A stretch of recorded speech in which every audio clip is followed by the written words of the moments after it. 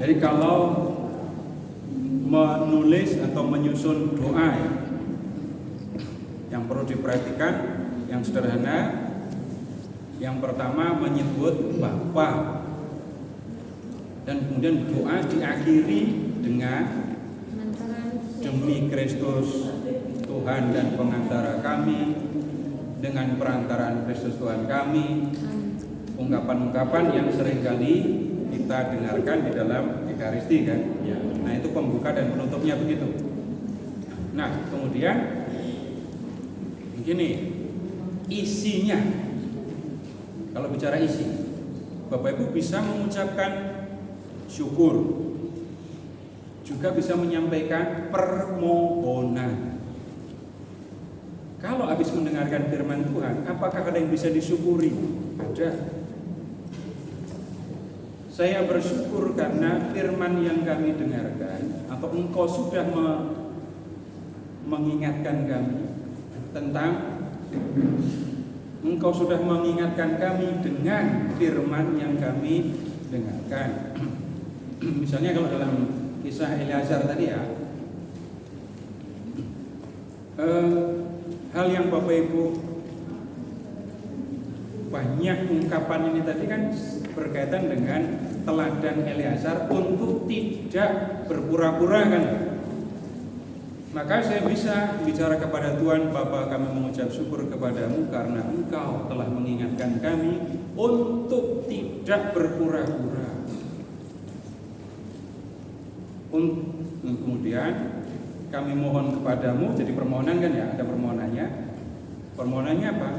Minta supaya Bapa memberikan keberanian untuk menyampaikan kebenaran dan bertindak benar. Kemudian ucapan syukur juga tentang memberi teladan kepada kaum muda. Itu kan ada di dalam kisah tadi kan ya.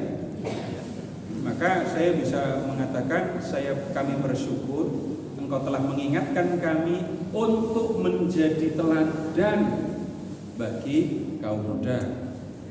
Bisa jadi permohonan, bisa. Bantulah kami untuk apa? Memperbaiki diri, menyadari keberadaan kami sebagai teladan, dan menjaga diri, tutur kata, sikap, perilaku agar layak menjadi teladan. Jadi apakah kemudian apalagi selain syukur dan permohonan yang seringkali diomongkan kan itu pujian. Nah sekarang begini, kalau Bapak Ibu bicara tentang doa pujian, pujian ya bukan rayuan. Beda atau sama pujian dengan rayuan? Beda. Pujian itu lahir dari rasa kagum. Jadi nggak ada modus. Kagum melihat Tuhan, dan kemudian ketika saya mengungkapkan kekaguman itu, jadilah pujian. Tapi kalau ada modusnya, saya memuji supaya saya diberi, nah itu bukan pujian, rayuan.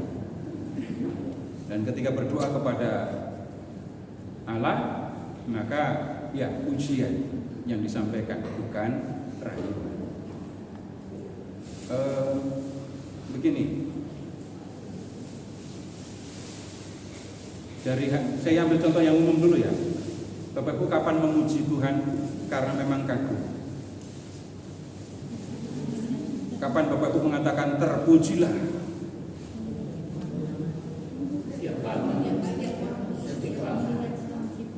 Terpujilah bukan yang betul-betul memuji. Jadi karena kagum, pujian yang karena kagum. Yang melihat alam semesta itu kalau melihat yang luas. Tapi kemudian dalam kehidupan Bapak Ibu tolong ingat-ingat ya, pernah nggak mengatakan terpujilah Engkau ya Tuhan yang telah menciptakan kami dan mengasihi kami. Sederhana kan? Saya ini siapa di hadapan Tuhan, tapi Tuhan membuat saya menjadi ada dan Tuhan mengasihi saya. Nah, itu benar-benar saya kagum. Saya kagum Tuhan membuat saya ada dan mengasihi saya. Itu ujian. Kemudian kalau berkaitan dengan pembacaan Alkitab, dalam banyak kesempatan saya terheran-heran, kata lain kagum, terheran-heran ketika membaca bagian-bagian di dalam Alkitab yang bisa dikatakan sebelumnya saya nggak nyangka ada yang kayak gini. Begini, kalau Bapak Ibu balik membaca Eleazar tadi ya, Eleazar itu terbukti kesetiaannya kapan? Dalam situasi penganiayaan. Mengapa justru dalam situasi sulit, situasi penganiayaan, kesetiaan itu makin jelas? Bapak Ibu bisa temukan itu di mana? Apakah, maaf ya, saya nggak ngomongin orang lain sebenarnya. Apakah ada orang lain yang mengatakan hal yang senada dengan ini di luar iman Katolik? Bapak Ibu silahkan mengingat Yusuf yang dijual oleh saudara-saudara. Jelas jahat kan? Tapi di akhir kisah Yusuf mengatakan, nggak usah kamu sedih, nggak usah kamu menyesal diri karena kamu menjual aku ke sini. Yang sebenarnya terjadi menurut Yusuf, Allah menyuruh aku mendahului kamu supaya keluarga kita bisa selamat. Yang membuat saya heran apa? Tuhan memanfaatkan kejahatan, penderitaan untuk tujuan yang Dia kehendaki. Kalau saya bisa mengingat kapan saya mulai menyadari itu, bukan tahunnya ya, tapi Jumat Agung saya di rumah aja, tapi nginget-inget Yudas, mulai dari Yusuf sampai ke Yudas, dan kemudian Yudas juga sama kan ya, pengkhianatan, dan karena pengkhianatan Yesus mati. Tapi Bapa menggunakan kematian Yesus untuk penyelamatan manusia. Yang membuat saya lebih heran lagi, saya nggak belajar apa-apa sebelumnya. Saya waktu Jumat Agung mikirin dua itu, entah dari mana datangnya, tapi dua itu, Yusuf dengan Yudas. Nggak lama kemudian ada satu tugas, satu belajar ya, yang membuat saya harus membuka katekismus. Dan di katekismus persis dua orang itu yang muncul. Nanti boleh dicek katekismus nomor 512, artikel nomor 512. Jadi bukan saya baca katekismus baru saya ngerti. Saya berpikir tentang dua ini, Yusuf dan Yudas, membaca katekismus, loh, kok ada di katekismus ternyata. Nah, hal yang mengagumkan adalah bagaimana Allah menggunakan kejahatan, penindasan, penderitaan itu untuk tujuan yang dikehendaki, menunjukkan kesetiaan, mengungkapkan kasih. Justru di dalam hal seperti itu, buat saya itu hal yang bisa dikatakan ini mengagumkan. Kalau tidak ada penganiayaan, Bapak Ibu tidak akan ada orang yang menggunakan nama Martinus. Kan, kalau Justinus itu martir atau bukan? Nggak akan ada yang menggunakan nama Agatha. Nggak ada yang punya nama Stefanus. Orang-orang kudus ini muncul di zaman penganiayaan. Jadi kekaguman karena Allah yang menyebutnya kehendaknya nyata tampak di dalam Alkitab. Itu juga bisa digali. Jadi kalau Bapak tadi kan banyak menyebut penganiayaannya itu kan, tapi kemudian lihat justru dalam penganiayaan itu, Bapak baca di Makabe bab 7 akan ketemu justru di zaman penganiayaan inilah keyakinan akan kebangkitan badan dan kehidupan kekal muncul dan sangat kuat. 2 Makabe bab 7. Memang benar kau bangsa dapat menghapus kami dari dunia ini, tapi Raja semesta alam akan membangkitkan kami untuk hidup kekal. Justru keyakinan itu muncul di zaman penganiayaan. Orang hanya melihat penganiayaan sebagai sesuatu yang menyedihkan, membuat orang menderita dan seterusnya, tapi ada hal yang lain yang membuat kita layak untuk memuji Tuhan. Jadi bisa dalam doa memuji, bersyukur, memohon, gitu ya.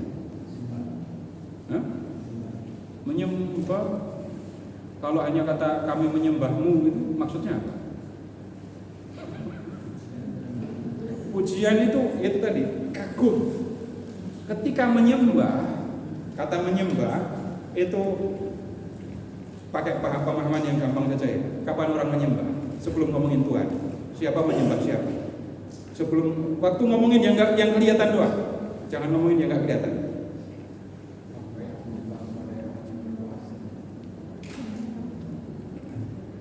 Buddha nyembah Tuhan, abdi nyembah raja. Nyembah itu artinya apa? Menghormati. Memuji dengan menyembah, coba ingat-ingat. Raja, abdi keraton itu nggak ada yang memuji. Yang banyak dipuji bukan raja, tapi ratunya kalau cantik. Jadi dua hal yang berbeda, yang memuji dan menyembah. Oh ya, waspada kata-kata klise yang saya omongkan tanpa saya ngerti maksudnya. Karena saya pernah dengar, terus saya mengucapkan, tapi saya habis itu maksudnya apa? Nggak ngerti. Menyembah lebih merupakan sikap dan kesediaan untuk melakukan yang dikehendaki Tuhan. Wah, kalau hanya dikata-kata Allah yang bertahta di atas puji-pujian, maksudnya apa? Lah baru tunggu, kalau Bapak Ibu pernah mendengar kayak gitu, terus Bapak Ibu bertanya kepada yang ngomong itu baru mikir ketika ditanya atau udah biasa mikir? Baru mikir. Jangan-jangan baru mikir setelah ditanya. Jadi sikap menyembah lebih merupakan saya menempatkan diri sebagai hamba di hadapan Tuhan. Nah kalau begitu, itu juga menunjukkan kesiapan untuk melakukan yang dikehendaki oleh Tuhan. Tapi kalau bicara tentang isi doa lisan, maka Bapak Ibu ingat 3 sikap dasar tadi. Memuji, memohon, bersyukur, urutannya begitu. Memuji itu karena kagum, memohon itu karena kebutuhan. Tunggu dulu. Kalau memohon lebih banyak karena kebutuhan atau keinginan?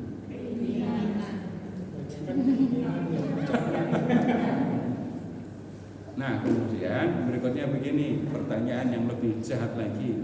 Selama ini Bapak Ibu lebih banyak memohon untuk kepentingan neraka atau untuk kepentingan jiwa? Kalau Bapak Ibu membaca kitab suci dan berdoa dengan cara seperti ini tadi, hampir bisa dipastikan ya, doanya menyangkut kepentingan jiwa, enggak ngomongin neraka. Enggak ada kan tadi yang berdoa, Bapak tolong berikanlah kepada kami usia yang panjang supaya bisa mencapai umur seperti Elazar. Enggak ada. Jangan-jangan ngomong dengan umur 90, males. Capek sekali umur 90. Kepanjangan 50 aja satu. Jadi menjadi penting Bapak Ibu. Saya sama sekali tidak mengatakan jangan minta tentang raga. Perhatikan juga jiwa. Dan kalau kita berdoa dengan cara seperti ini tadi, balik lagi, doa-doa permohonan yang menyangkut jiwa itu akan terawat, terurus, terpenuhi gitu ya. Bapak-bapak contohlah suster, nggak pernah minta mobil,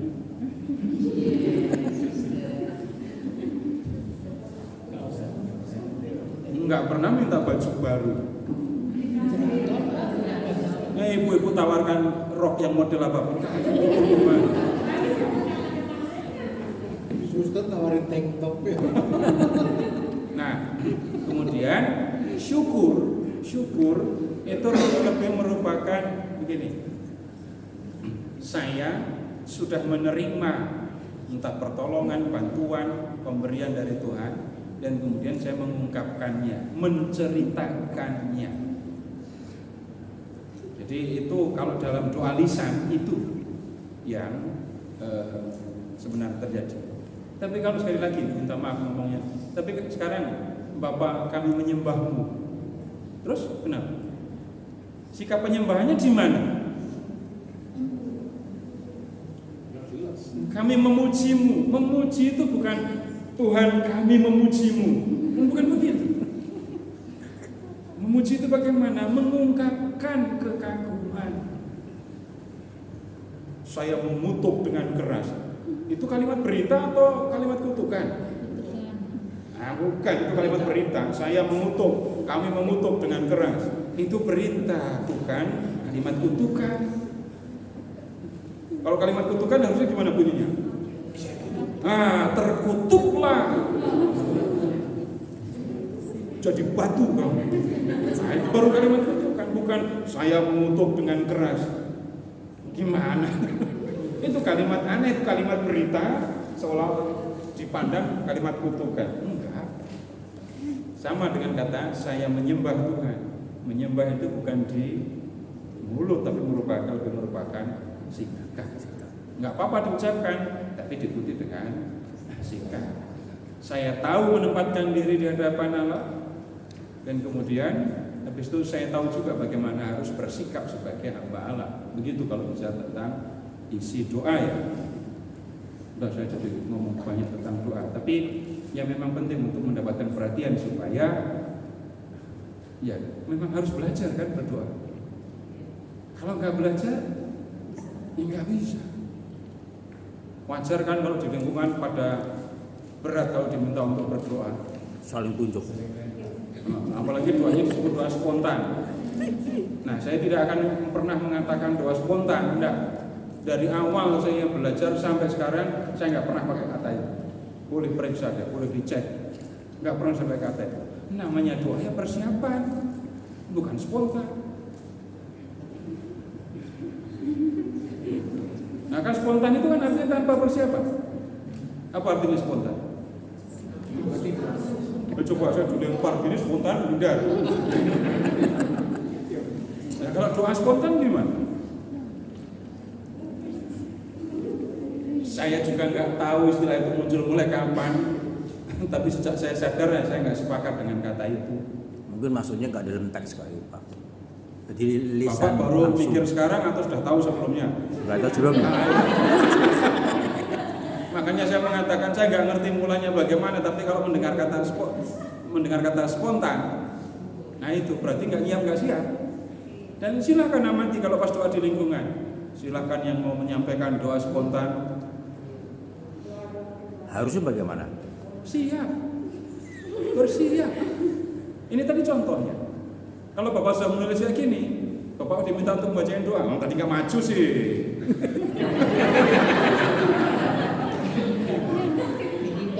Kalau doa, mau doa apa saja terserah. Tapi kalau sudah dipersiapkan, sudah ditulis, minimal tulis, disuruh berdoa. Segrogi-groginya orang kan? Suster grogi nggak sih? Tidak kan? Segrogi-groginya, tapi kalau sudah ngadep tulisan, aman. Mau suaranya agak gemetar, agak bergetar, enggak masalah. Tapi kalau dibilang spontan, silakan yang memimpin doa. Coba siapa yang kemudian memimpin doa? Ya kalau enggak itu, ya itu.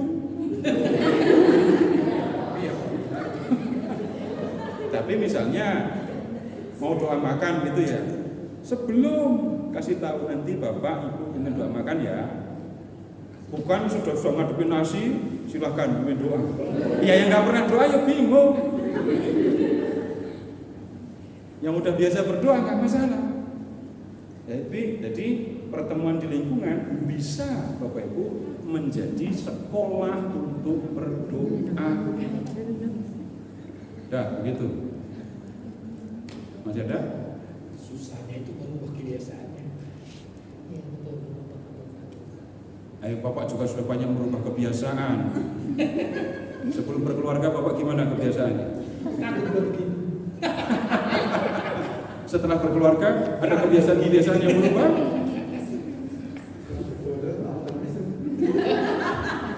Dulu sebelum berkeluarga mau pergi kemana aja pamit sama siapa? Kalau yang tinggal bersama orang tua pamit sama orang tua. Yang sendirian? Iya, aja.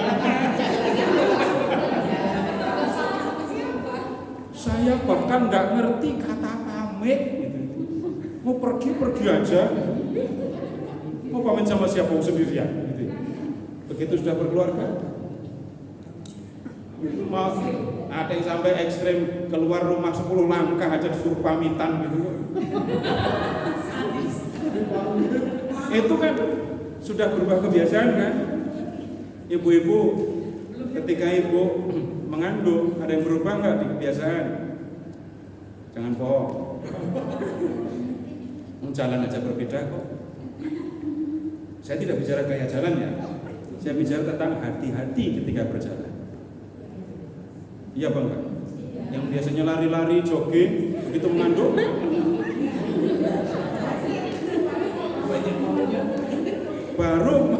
baru jalan aja loh sudah ada yang berubah. Tidur, ngomong,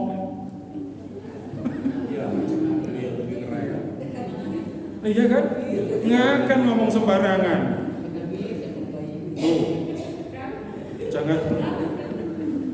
Jangankan ngomong ya, ngelihat aja sudah harus ganti, harus mikir. Jangan sampai ngelihatnya nggak disenangi. Kami coba bayi. Nah itu yang kalau ngomong mengubah kebiasaan. Sebenarnya kita mempunyai banyak pengalaman untuk berubah. Kalau berubahnya jadi baik, ya itu kan yang ditunggu, yang diharapkan. Kalau berubah jadi jahat, nggak usah latihan. Bisa semua. Jadi ya memang perlu pembiasaan, perlu latihan dan mungkin nggak cuma sekali. Karena itu kita siap untuk latihan di pertemuan berikut. Sekarang begini caranya. Yang Daud dan Batseba itu sempat dibaca belum waktu itu ya? Daud dan Batseba.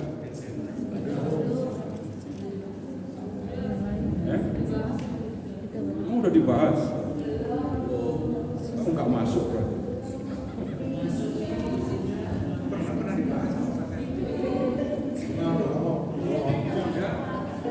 Saya singgung.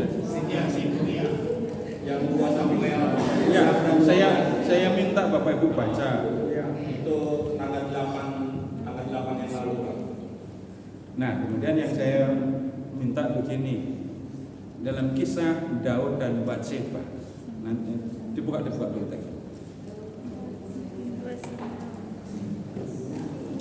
Kalau sudah ya tidak apa-apa nanti. Yang penting pertemuan berikutnya itu nanti menjadi penting. Sudah bukan teks yang asing maksud saya.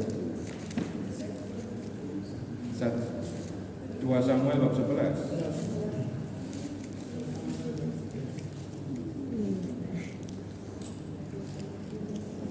Depan. Di depan. 2 Samuel bab 11 ya. Ceritanya kan panjang. Catatan yang harus diingat ketika membaca teks ini, nggak usah ragu-ragu untuk melihat kelakuan Daud yang negatif. Maksudnya dalam kisah ini Daud justru menjadi contoh negatif. Uria malah menjadi contoh positif atau teladan. Jadi ketika membaca teks ini, Daud saya kira orangnya baik-baik, tapi ternyata kok begini. Perjanjian lama seringkali mengungkapkan manusia apa adanya, bukan yang seharusnya. Perjanjian lama lebih mengungkapkan kenyataan manusia yang apa adanya, bukan yang seharusnya. Nah kemudian, itu catatannya ya. Jadi nanti kalau Bapak Ibu mempelajari teks ini, lalu menemukan Daud kok negatif, enggak masalah, tulis saja negatifnya.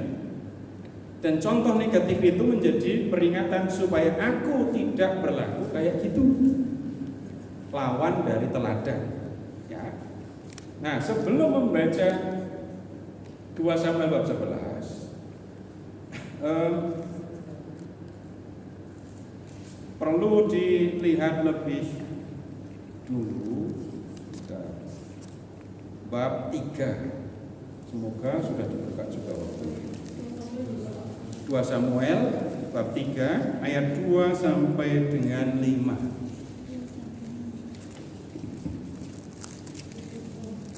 2 Samuel bab 3 ayat 2 sampai dengan 5. Apa yang Bapak Ibu temukan di situ?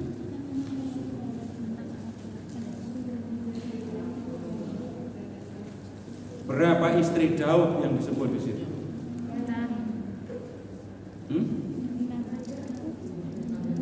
Ada 6 kan? Kemudian berikutnya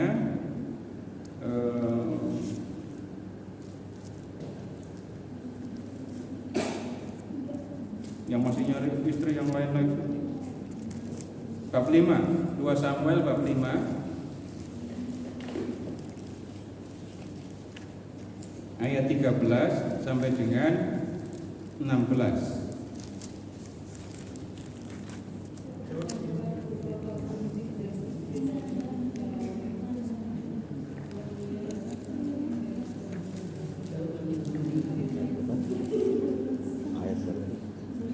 Sudah?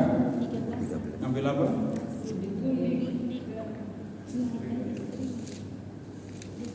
Belum selesai. Bab 12.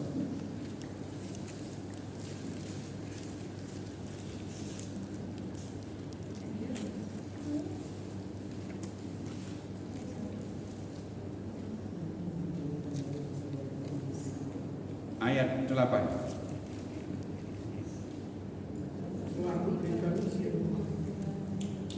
Bukan punya rumah terus. Jadi ternyata istri-istri Saul juga diambil oleh Daud kan. Maruk.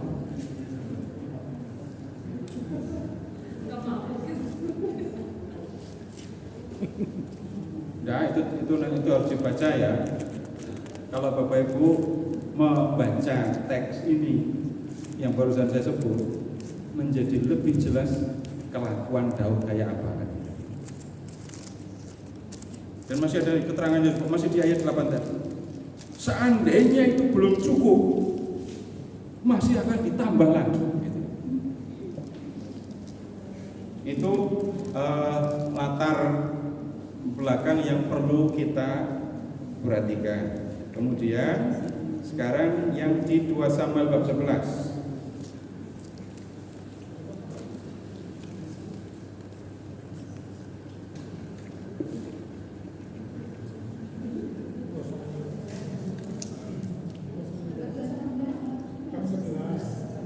Samuel yang bab 11.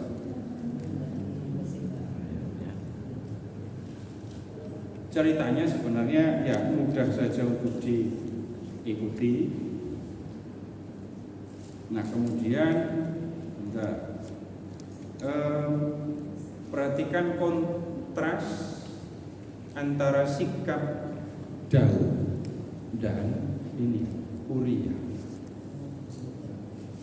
Nanti Bapak Ibu perhatikan amati baik-baik kalimat-kalimat yang diucapkan Daud kepada Uria, dan perhatikan juga kalimat-kalimat yang diucapkan Uria kepada Daud. Perhatikan juga Bapak Ibu ini sikap hati dan isi pikiran Daud ketika berhadapan dengan Uria. Kenapa? Enggak sesederhana kalimat itu. Nanti gini catatan Pak ya. Waktu Bapak Ibu membaca Eleazar tadi dan menulis, Apakah yang Bapak Ibu pikir dan rasakan bisa semua diungkapkan pakai tulisan? Kalau Bapak Ibu membacanya dengan melibatkan hati, ada hal-hal yang sebenarnya Bapak Ibu terkesan, tergerak, atau tersentuh nggak begitu pas, dan Bapak Ibu nggak bisa mengungkapkan. Yang bisa diomongkan itu terbatas. Kalau kita membaca dengan melibatkan hati. Nah, dibalik misalnya kata Daud mau mencelakai Uria, Bapak Ibu perhatikan prosesnya dari usaha menutup aib sampai membunuh. Ada proses yang dilewati oleh Daud. Uria memang bicara, dan dalam pembicaraan yang disampaikan oleh Uria menjadi tampak isi hati Uria itu seperti apa. Yang tidak terungkap di dalam teks tapi masuk akal, Bapak Ibu juga bisa temukan. Kalau seorang prajurit itu tiba-tiba disuruh pulang dan hanya dia sendirian, dipanggil raja, diajak ngobrol, disuruh pulang, wajarnya dia curiga, Pak. Teman-temannya nggak ada yang dipanggil, cuma dia sendiri. Dan ketika dipanggil bukan ditegur, bukan dikasih hadiah karena suasana di medan perang, bukan karena ketangkasannya di medan perang. Tapi kok dia cuma diajak ngobrol, habis itu disuruh pulang, baru jalan pulang sudah dikasih hadiah. Kalau kemudian Uria itu enggak pulang, itu sebabnya apa? Ada unsur itu apa? Nah kemudian nanti dikerjakan masih seperti yang tadi dulu aja ya. Gini, ini kelompok Daud sama kelompok Uria.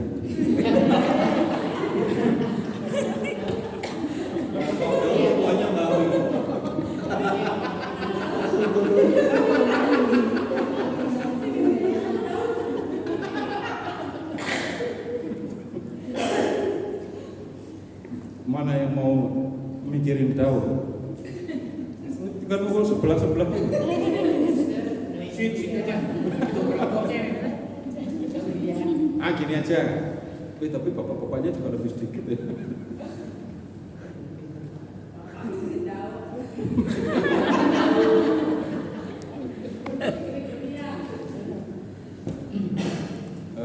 Gimana baiknya? Tapi separuh Daud, separuh Uria gitu maksudnya. Mau cuma belah gini aja? Belah aja. Suster mau Uria apa Daud, Suster? Uria. Ya udah, yang sebelah sini Uria, sebelah sini Daud ya. Besok jangan pindah tempat duduk.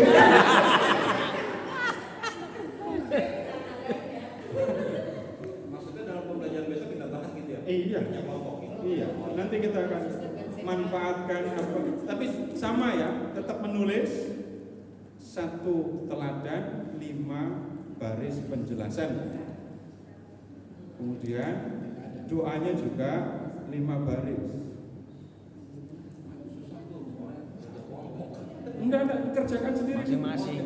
Kerjakan sendiri dulu. Jadi Bapak gini, di rumah ada waktu seminggu, Kerjakan sendiri dulu. sendiri kerjakan, baca, renungkan, lalu buat seperti yang tadi. Tapi minggu depan pasti lebih rapi. Ya. 1 teladan, 5 baris penjelasan. Jadi masing-masing akan punya 1 teladan dan 1 doa. Gitu ya.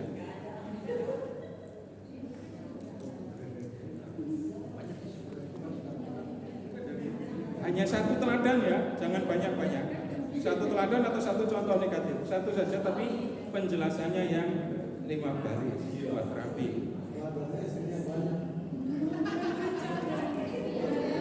Jadi kalau memperhatikan Daud, perhatikan hal negatif. Karena memang Daud berdosa dan ditegur Nathan, kok jelas dia berdosa.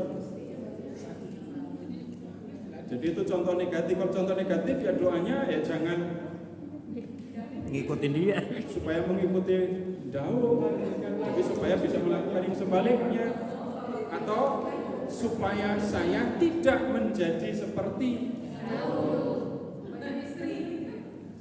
bukan soal istri, bukan soal banyak istri. Tuhan memang tidak menyuruh Daud punya istri banyak ya, tapi yang membuat Daud ditegur kesalahan Daud itu bukan karena punya banyak istri.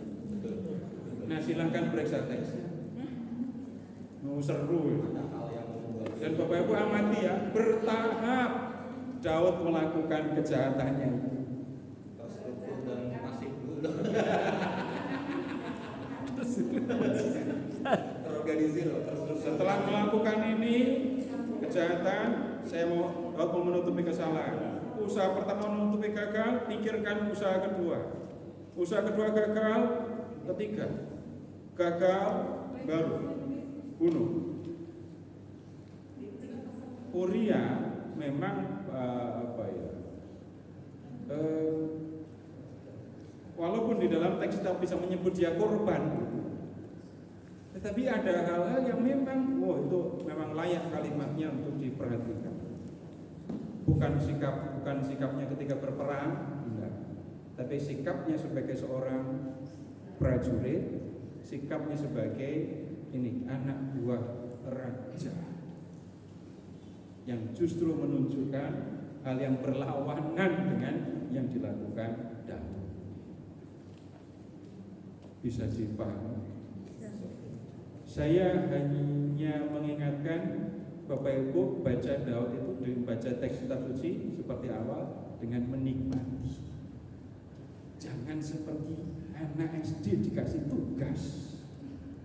Banyak yang nggak menikmati kalau begitu. Udah gitu minta tolong mamanya lagi. Mamanya nggak bisa, panggil siapa? Nah, Bapak Ibu gini, prinsip sederhana adalah saya mau mendengarkan firman Tuhan, gitu ya. Bapak Ibu baca, nikmati, bayangin Daud sama Batseba jangan lama-lama. Bukan itu yang menjadi utama. Dan kalau Bapak Ibu merenung, mengingat, memperhatikan yang dilakukan Daud, Bapak Ibu akan menemukan apa yang sebenarnya mau disampaikan oleh Tuhan kepada saya lewat kisah ini. Begitu ya, menikmati, tidak apa-apa. Bapak Ibu nggak usah bingung kok saya nyuruh nulis. Saya bisa bawa ke sini tulisan tulisan saya, benar tulisan tangan ya, bukan ketik. Mungkin sudah hampir 100 halaman dari itu di bulan November. Di bulan November tentang Daud ini juga sudah saya tulis. Eleazar itu sudah saya tulis. Tapi memang tulis tangan, tapi ini dalam rangka yang berbeda ya. Jadi kalau saya minta Bapak Ibu tulis tangan, bukan saya sekedar nyuruh saja, tetapi ada proses juga yang Bapak Ibu lewati. Amati ketika Bapak Ibu sedang nulis dulu baru mikir atau mikir baru nulis.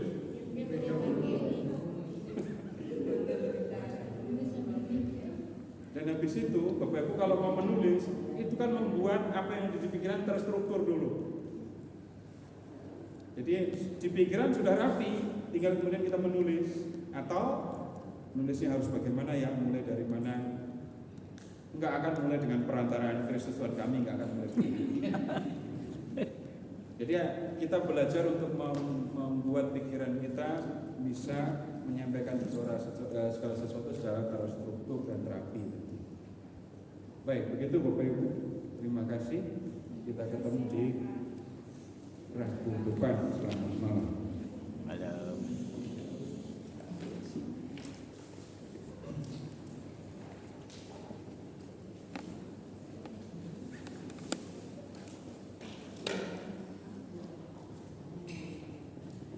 Baik, Pak Seto, Bapak Ibu Suster, terima kasih. Besok minggu depan itu sudah minggu yang pertama Advent. Yang bertugas tentu kelompok 1. Adakah kelompok 1 yang malam hari ini hadir di tempat ini? Pak Yadi sama?